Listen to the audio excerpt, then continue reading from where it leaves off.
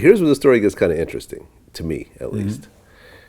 Here you have this street kid who's getting shot multiple times, getting into fights, doing a bunch of other shit, I'm sure, along the way. And then you end up going to Yale?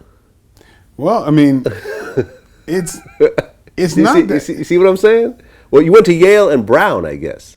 No, I mean, some of that is wrong. That's not right. Yeah. Some of that is wrong, like, when the write-ups or whatever. I mean, I mainly, I got accepted, but did not go. There's Oh, okay, my bad. Yeah. So here's what happened. I wound up going to University of Connecticut. Okay.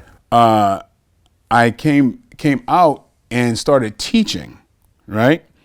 And so once I was done in university, I started teaching EMD, emotionally disturbed children. And so I was given the opportunity to go and study, like in a grad teacher's kind of situation, as I was teaching.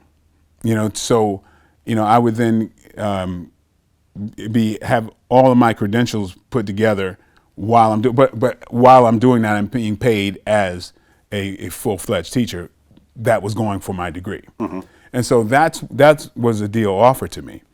But after 3 years, I ended up following the acting thing. And and I left teaching. Okay, so you never went to Yale? No. Okay, but you got accepted. Yeah. Pretty big accomplishment. Yeah. Well, yeah, I feel like, it was kind of a thing to where, I see, it's funny how that stuff gets written up, because I'm like, I never, it's like there's so many things that are in, social media. Wikipedia and so forth, the articles. Yeah. Okay, all right, we got that cleared up. Yeah, so. But still, you went to college. Yeah. And you got your degree and so forth. Yeah. You left all that behind and actually started thinking ahead and pursuing a legitimate career. Yeah. And then the acting bug hit you. Well, yeah, the acting bug was kind of there. While I was teaching, I in my vacations and off time, I would go out for commercials and theatrical things in New York, and at first I didn't think I had what it took to be an actor, because while I was in college, all the actors seemed to be just very very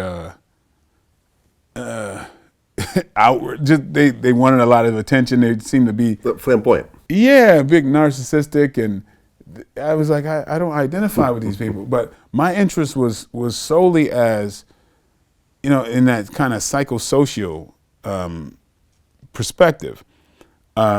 I knew every kind of person growing up. Every kind of person I had friendships with. I don't care who they were. I even had friendships with skinheads. I knew every kind of person because I could identify with them on some kind of level.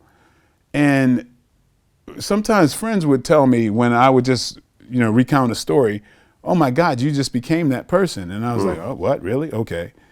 So the acting thing was something that was interesting because I felt like I had the ability to look at life through another lens, So I thought, wow, this is fun. Maybe it won't be a career, but at least let me get my feet wet and see what I could do. And if I fail, fine. At least I got it out of my system. And so, luckily, I got great feedback and wound up doing theater in New York and later venturing out to LA. So you go out to LA, just like everybody else. Yeah. Get off the bus or the plane or whatever. Right. And say, okay, I'm going to make it in Hollywood. Your first major role ended up being the Mike Tyson movie. Yeah.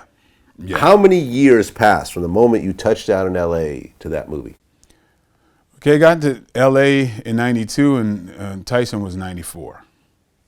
2 years. Yeah. Not that bad. Not bad. Not good bad. Compared to some of your peers. Especially because even in New York, what made me start to go the acting route is that I would go out for things and then I get callbacks and I find myself in a callback session with people I recognize from TV. And I'm like, hey, I'm getting kind of close because one time you're going to be busy, you're going to be sick, you're not going to be available, and it's going to be me, And so I kept getting so close to things. So it just told me that I'm doing the right thing. So when I came out to L.A., honestly, when I went for the Tyson thing, I'm going, wait a minute, I'm supposed to sound like Tyson, I'm supposed to look like him or whatever. Well, thank you very much. I'm parked outside. I can go. And they're like, no, give it a try. I'm like, really? I can't sound like that dude. And I gave it a shot. So I guess whatever that was in my head that I could, kind of inhabit certain things from people, that came in handy. And then I started to realize all the things that I had in common with the guy. And so really what it's about is, you're playing somebody from the inside out. I gotta say, my temper was worse than I've seen of his, growing up. It was, I honestly had the worst temper I've ever witnessed in my life growing up. Anything will set you off? No, there would be specific things that would set me off. But it was a famously horrid temper. Okay. But that came with not knowing things.